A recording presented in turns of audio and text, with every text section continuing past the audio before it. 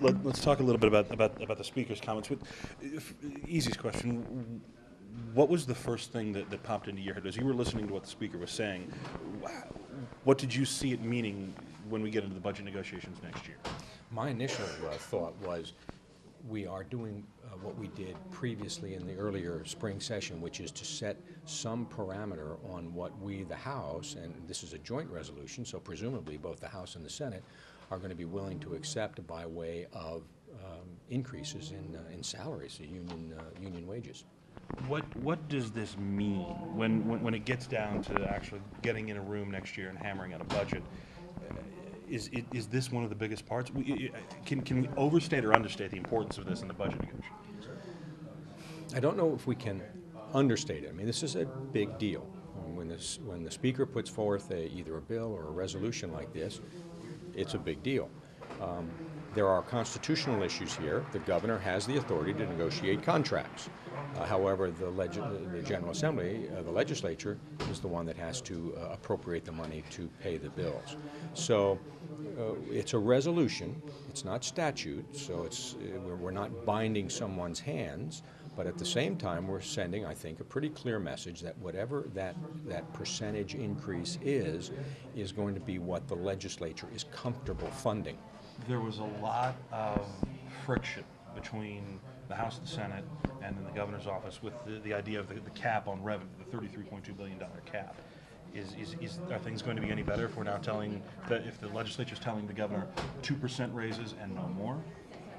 There will always be a difference of opinion, I think, in terms of how we appropriate the dollars. And the Senate's going to want to appropriate dollars in their way. The House is going to want to appropriate it our way, and the governor will have his ideas in terms of how to spend the available money.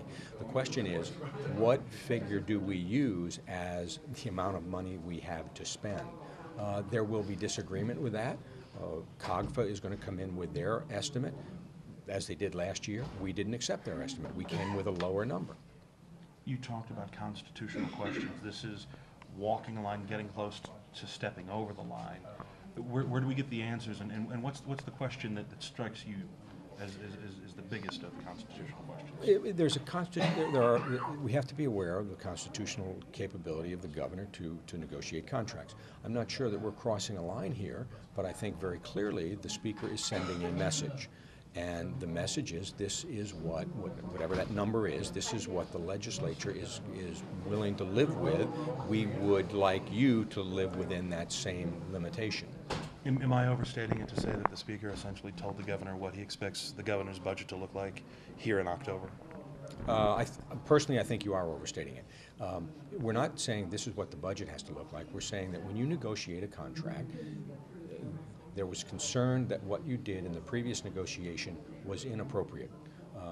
We think that something along the lines of what we're going to recommend and what number we put into that resolution is a more appropriate percentage increase to give.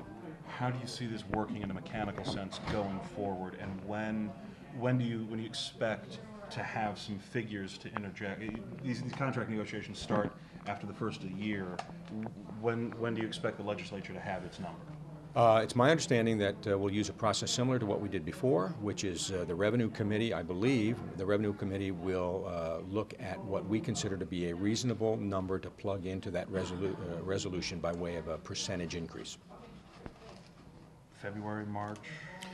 A good question. I'm not sure. I mean, as you correctly state, I believe the negotiations start in January, so we need to have that done pretty quickly so that once those negotiations start, the parties to the negotiation have an understanding of what the legislature is looking at by way of willingness to fund.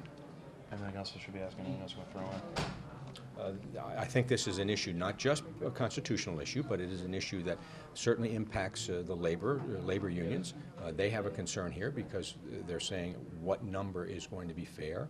That has been traditionally an issue of bargaining issue.